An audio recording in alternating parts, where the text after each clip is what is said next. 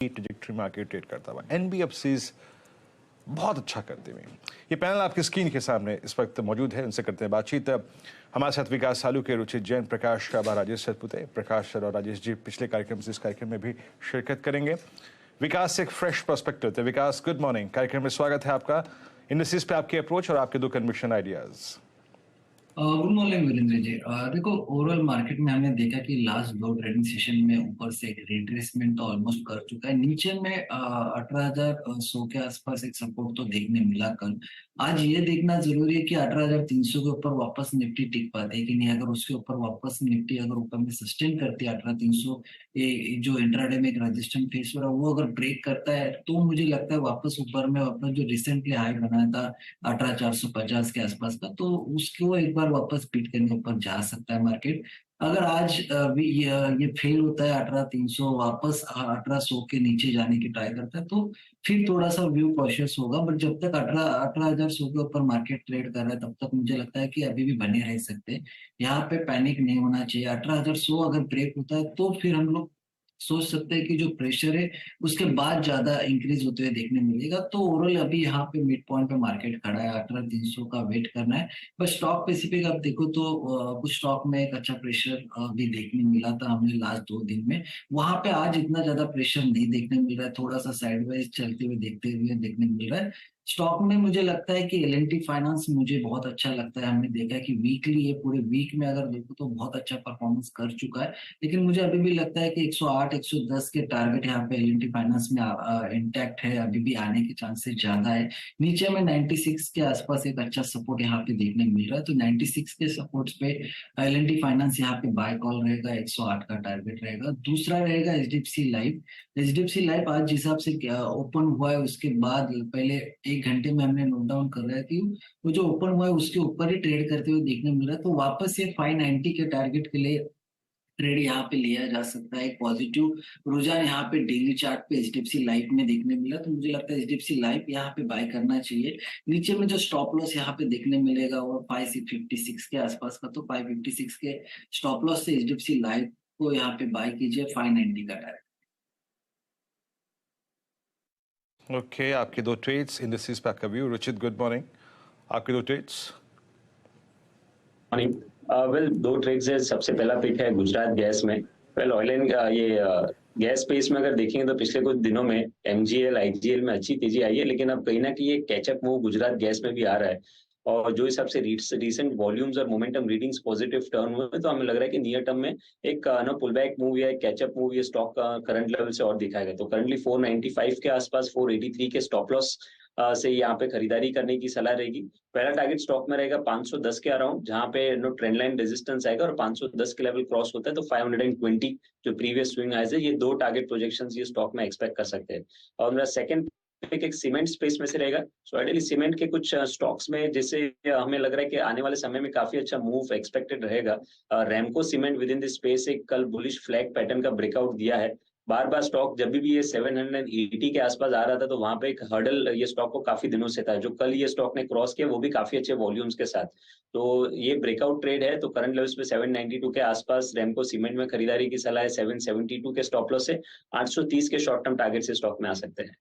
Okay, चलिए फिर अब एक काम करते हैं। देखिए, आज का निफ्टी का हाई लेकर आइए आप 18,297 और निफ्टी अब 18,221 पर इस समय। और जो एक सुबह एक अप्रोच थी हमारी कि आज मार्केट में पहला ट्रेड आपके लिए सेल साइड पर होगा और 18,241 से 270 का जोन अगर आपको मिले वहाँ सेल करें और 309 का स्टॉप लॉस लगाएं, तो अभी तक वो ट्रेड ने आपको रिवॉर्ड करके दिया होगा।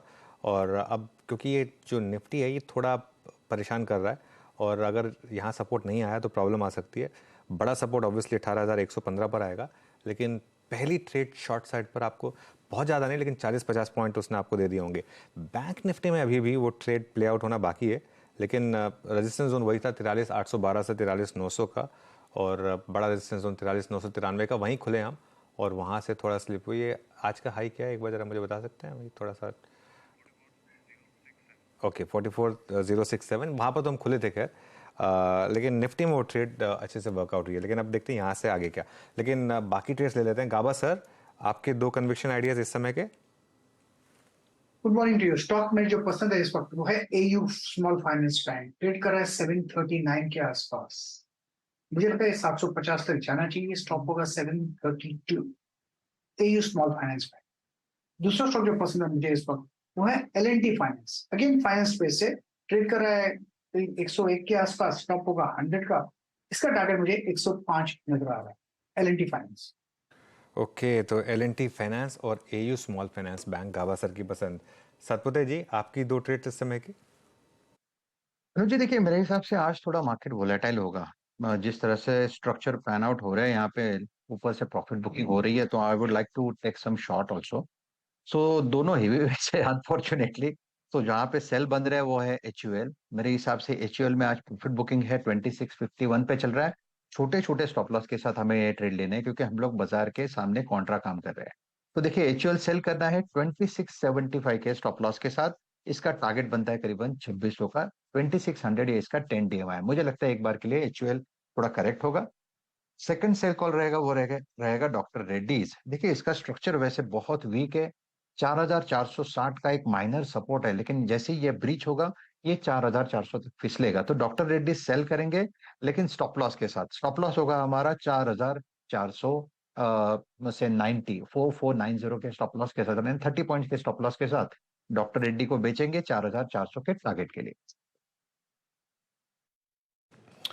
ओके, ये राजेश जी की कॉल हुई। अब बात है अर्निंग्स पर। जेके टायर्स, आपको याद होगा इस दौर में सारे टायर स्टॉक्स बहुत स्ट्रांग रहे हैं। हालांकि जेके टायर्स में आज इंटरडे में थोड़ी प्रॉफिट बुकिंग है, बट जहां तक नंबर्स का सवाल है, कोई अगर आप देखें शिकायत नहीं, कोई गिला शिकवा नहीं। नंबर्स बहुत स्ट्रांग है और इन्हीं अर्निंग से बातचीत करने के लिए हमारे साथ इस वक्त श्री अनुज कठुरिया साहब जुड़ चुके हैं, प्रेसिडेंट इंडिया जेके टायर्स के। सर नमस्कार, कार्यक्रम में स्वागत है। बहुत स्ट्रांग नंबर सर इस बार के। रेवेन्यू 10% स्ट्रांग रहा, मार्जिन्स पे काफ़ी स्ट्रांग एक्सपेंशन हुआ है। सर ये Q4 में एग्जैक्टली डिमांड कैसी रही, मतलब तो नंबर्स पर रिफ्लेक्शन विजिबल है, और क्या ये ट्रांसलेट इस करंट फिस्कल के फर्स्ट क्वार्टर में भी हो रही है? एग्जैक्टली ग्राउंड रियलिटीज़ क्या हैं? और अभी हम इस दुविधा में रहते हैं कि डीजल की गाड़ी लें, पेट्रोल की गाड़ी लें, ईवी लें या फिर हाइब्रिड लें, लेकिन चक्का सब में लगना है। क्या वो एडवांटेज आपको मिल रहा है?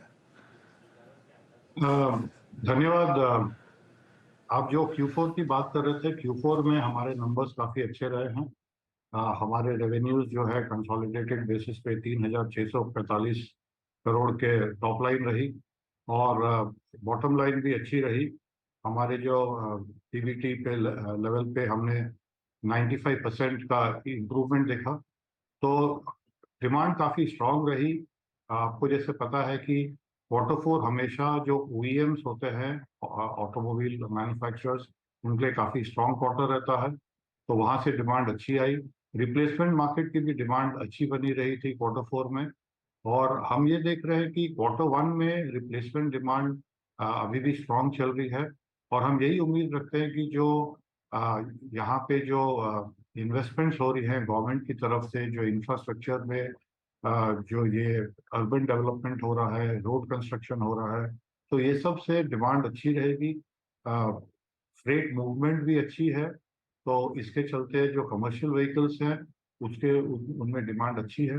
पैसेंजर कार की बात करें तो Q1 में जितने भी OEMs हैं वहाँ से डिमांड काफ़ी अच्छी आ रही है। हमारे जो शेड्यूल्स मिले हैं हमको OEM से, वो काफ़ी स्ट्रांग है। और इसके इंडिकेशंस ये है कि न खाली Q1 बट आगे आने वाले क्वार्टर्स में भी ये डिमांड रोबस्ट रहेगी।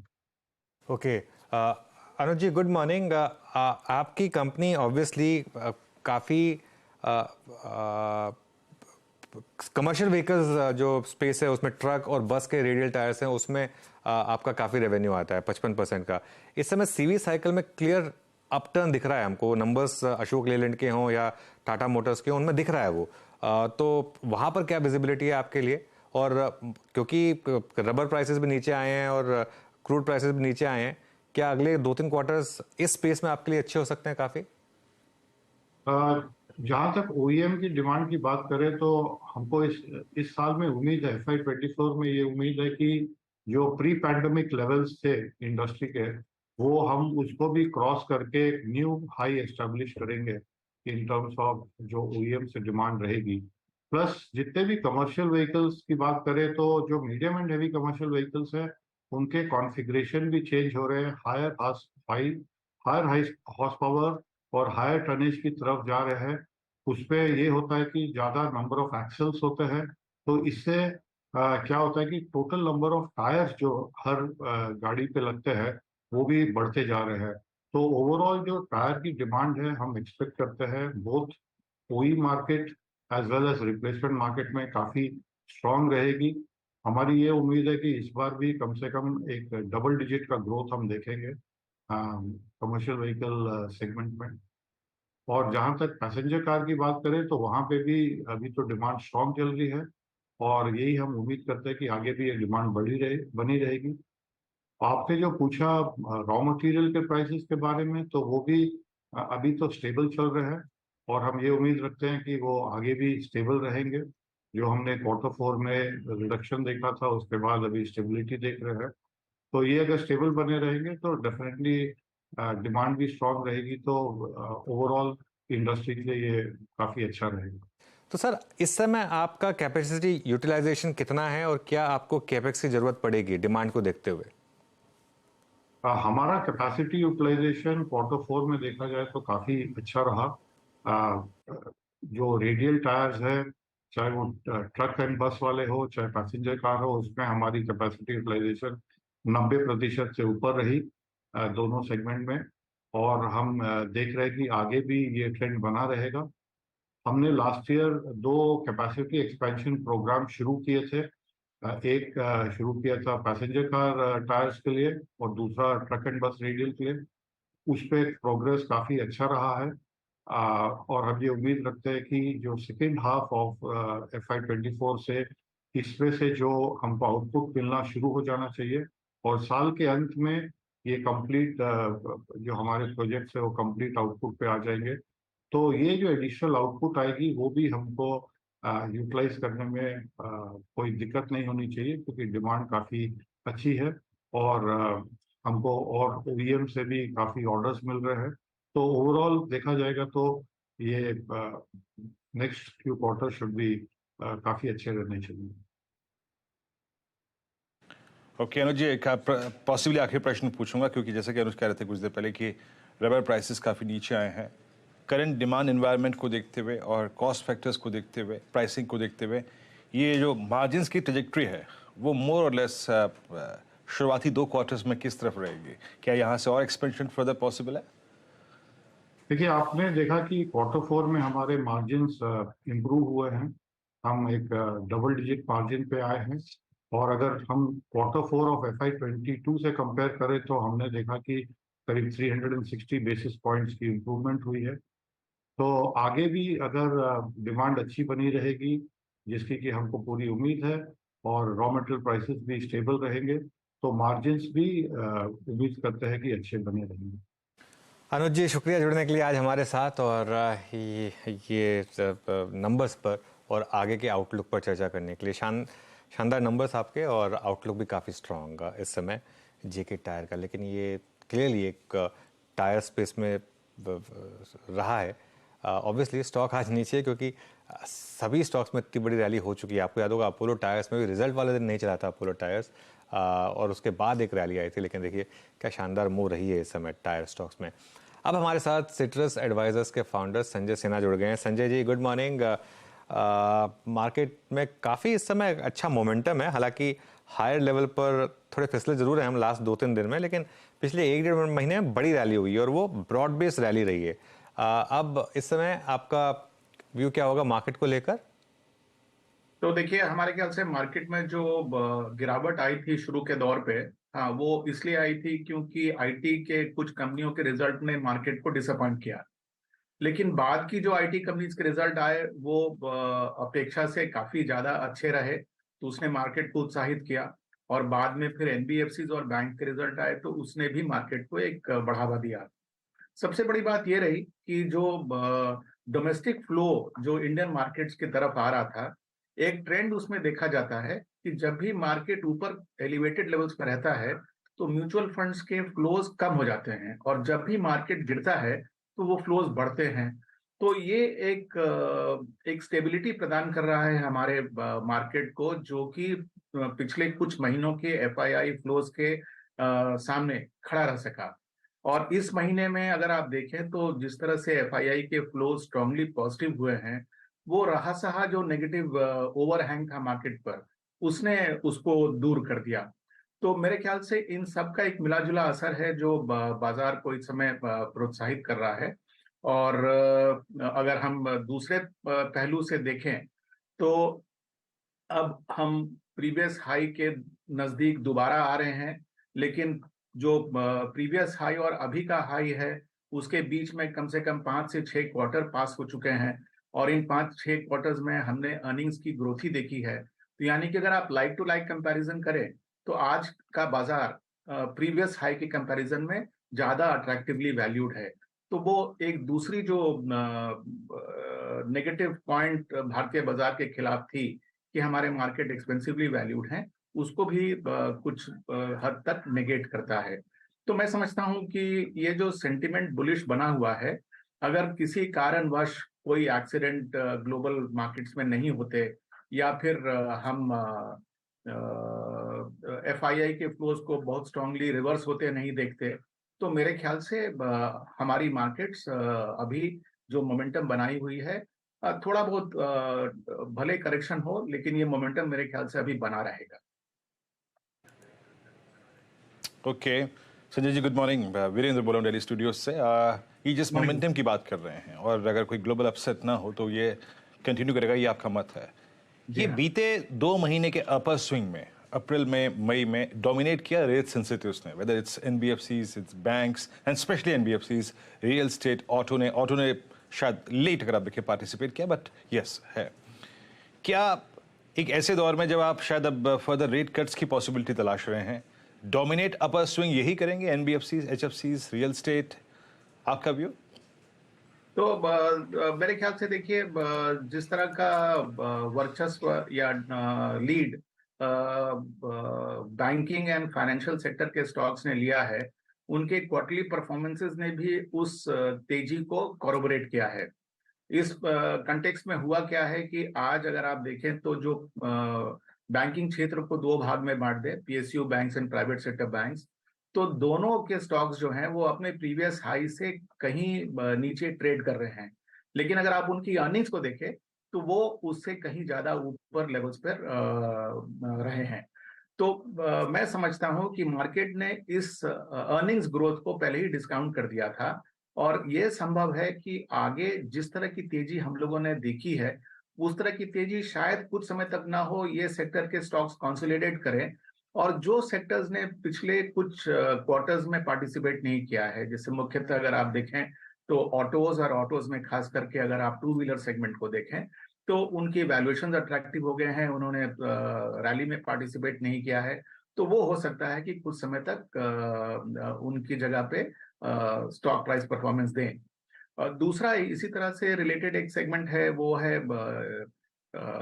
इंफ्रास्ट्रक्चर रिलेटेड सेक्टर्स, जहां पर अगर आप पीपीसी कंपनीज को देखें तो जिस तरह की उनकी ऑर्डर बुक्स है, जिस तरह का उनका एग्जीक्यूशन है, और चूंकि सरकार अगले साल इलेक्शन की तैयारी में रहेगी, तो जिस तरह से प्रोजेक्ट एग्जीक्यूशन की तरफ दबाव होगा, तो मेरे ख्याल से इस सेक्टर की भी अगर आप देखें तो वैल्यूएशन अट्रैक्टिव है, पार्टिसिपेट उसने नहीं किया है, तो ये दूसरा सेक्टर है जो कि आगे के कुछ क्वार्टर्स में बैंकिंग और एचएफसीज के कंपैरिजन में ज्यादा पार्टिसिपेट कर सकता है।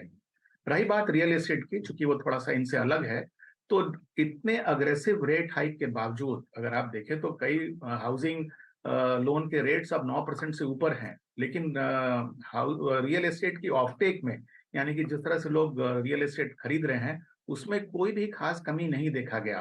तो मेरे ख्याल से एक रिलीफ है जो रियल एस्टेट स्टॉक्स को प्रेरित कर रही है।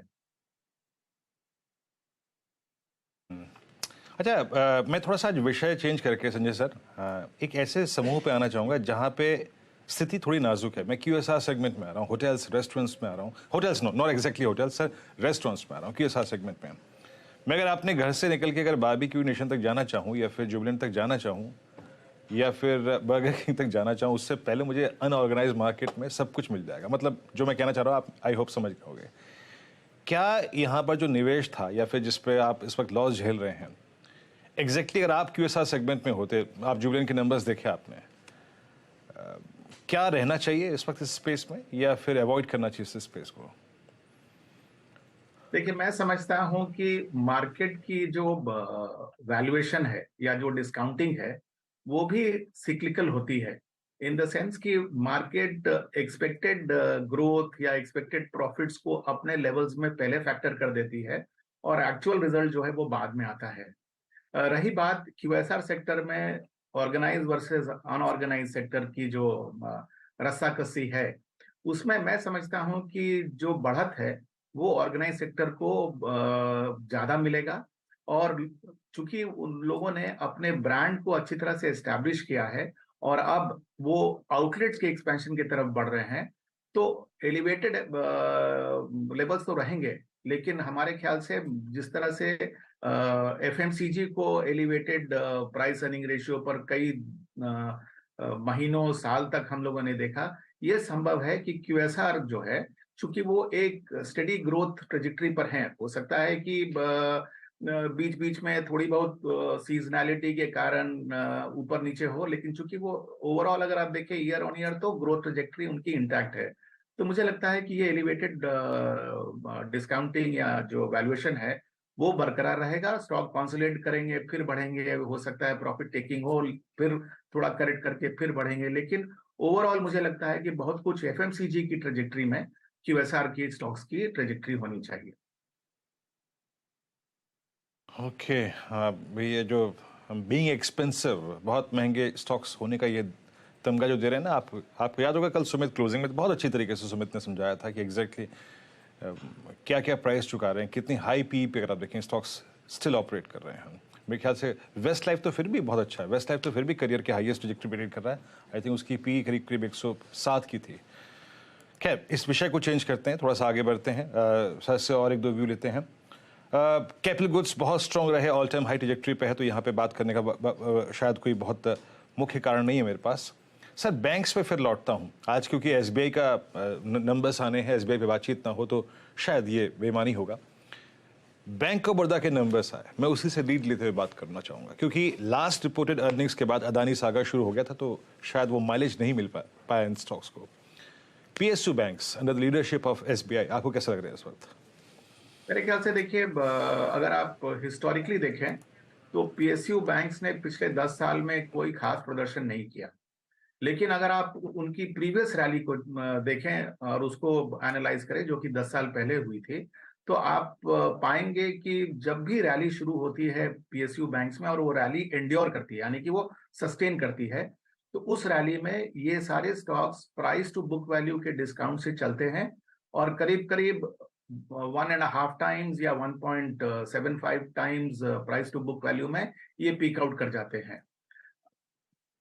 कुछ महीनों पहले अदानी सागा, जैसे आपने कहा, उसके पहले काफी अच्छी तेजी और मोमेंटम पीएसयू बैंक्स में बनी हुई थी और उसके बाद वो अचानक कोलैप्स हो गई।